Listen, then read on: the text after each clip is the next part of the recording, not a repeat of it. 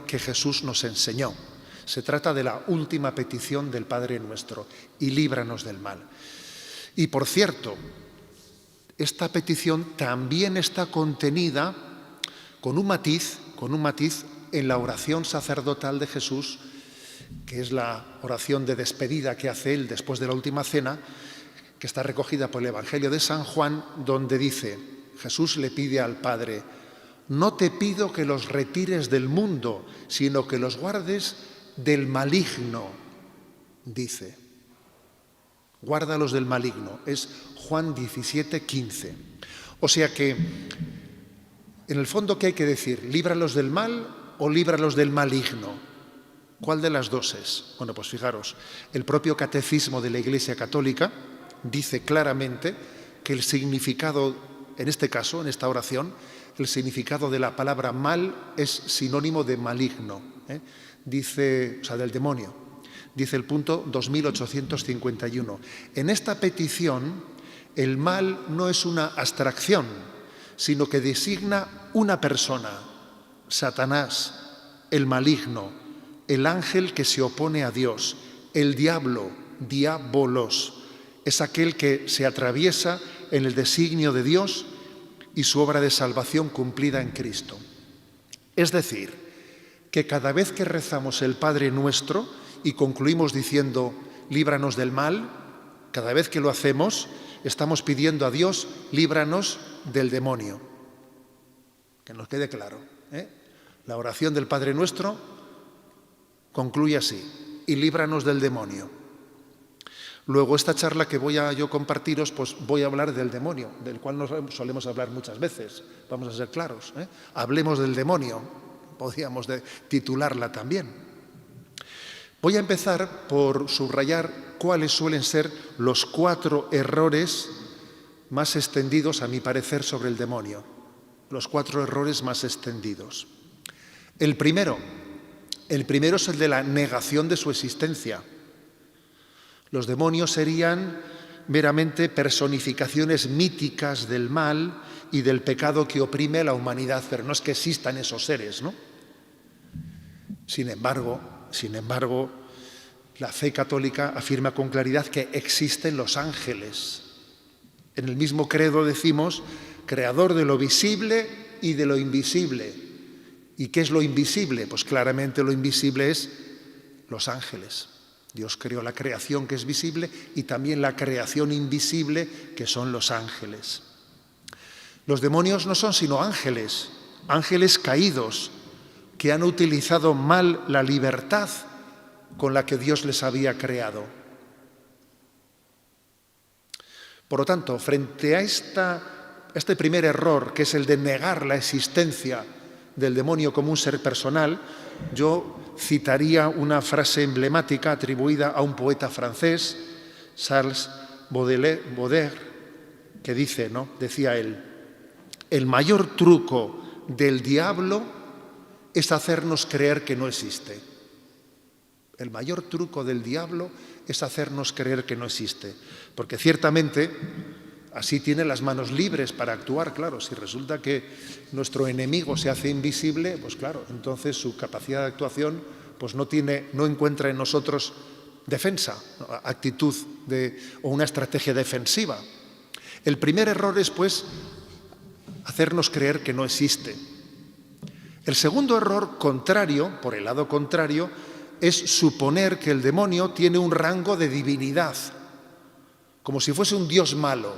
El demonio es un dios malo, y no es así. Esa concepción, en el fondo, tiene un influjo maniqueo. La filosofía maniquea afirmaba la existencia de 2 principios eternos, el bien y el mal. El bien y el mal son 2 principios eternos. Pero la herejía maniquea fue rechazada plenamente, por nuestra tradición. Nosotros no creemos que hay el Dios del bien y el Dios del mal. Solo hay un Dios, creador de todo, y todo lo que Él creó es bueno. Todo lo que Él creó es bueno. Y por lo tanto el diablo y los demás demonios fueron creados buenos por naturaleza y por sí mismos se hicieron malos utilizando mal su libertad. Vamos, que también al hombre le ocurrió en otra medida lo mismo, ¿no? Y es curioso que en nuestros días convivan dos errores opuestos al mismo tiempo. Los que exageran la importancia del demonio, que parece que le dan una entidad como si fuese un dios malo, y los que minimizan o incluso niegan su existencia. Con mucha frecuencia, el rechazo de la fe no suele derivar ya únicamente en el ateísmo materialista, sino que muchas veces el rechazo de la fe acaba refugiándose en los brujos, en las supersticiones, en el satanismo. Con frecuencia el mundo moderno ha abandonado a Dios para entregarse al ocultismo, a la idolatría.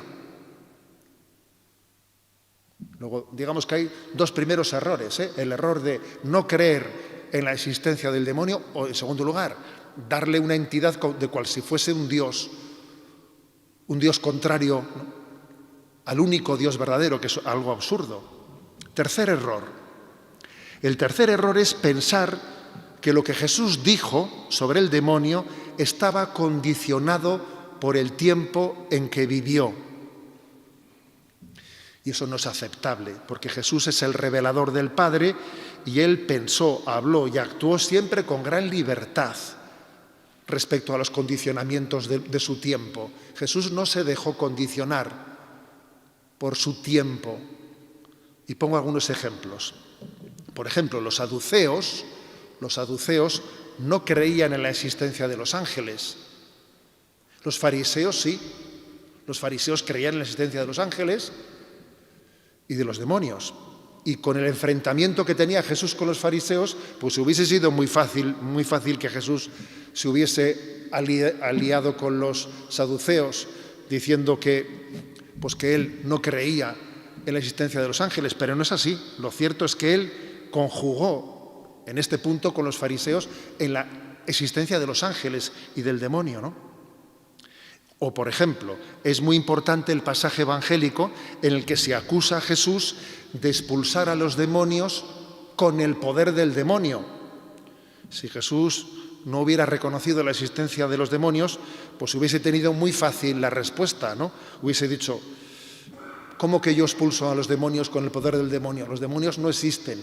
Con que hubiese dicho eso, hubiese terminado todo, claro.